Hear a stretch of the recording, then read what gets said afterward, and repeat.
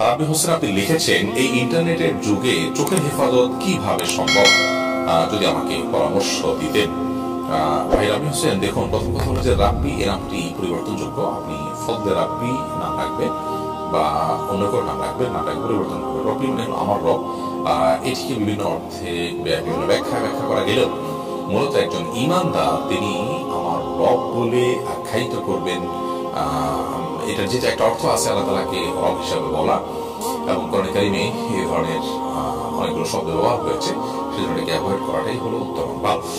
এর পাশে আপনার প্রশ্ন উত্তরে আপনি যে প্রশ্নটি লিখেছেন চোখের হেফাজত করা, এই যুগে এটি এত বেশি কঠিন হয়ে গেছে যে চোখের জেনা থেকে বেঁচে থাকার জন্য যে পরিমাণ স্ট্রাগল করতে হয়, অন্য কোনো ইবাদত বন্দিগির জন্য পর্যন্ত এই পরিমাণ স্ট্রাগল করতে হয় না, এই পরিমাণ ইবাদত বন্দিগি, এই পরিমাণ মেহনত করতে হয় না।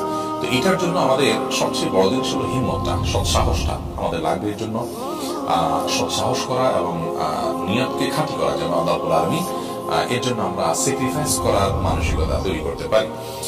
আর এখান থেকে বাঁচার জন্য জেনা পরিবেশ থেকে সরে আসতে হবে। সোশ্যাল মিডিয়াতে যে সমস্ত আইডি থেকে আজেবাজে জিনিস আছে সেগুলো থেকে আপনি সেগুলোকে আনফলো করতে হবে, প্রয়োজন কিছুকে ব্লক করে ফেলতে হবে। এর মাধ্যমে আপনি ইনশাআল্লাহ বিইذনিল্লাহ চোখের হেফাজত করার মতো পরিবেশ আপনার ওয়ালে আপনার নিউজ ফিড আপনি দিতে পারবেন। ঠিক তেমনি ভাবে বাইরে যখন যাবেন দৃষ্টিকে অবনত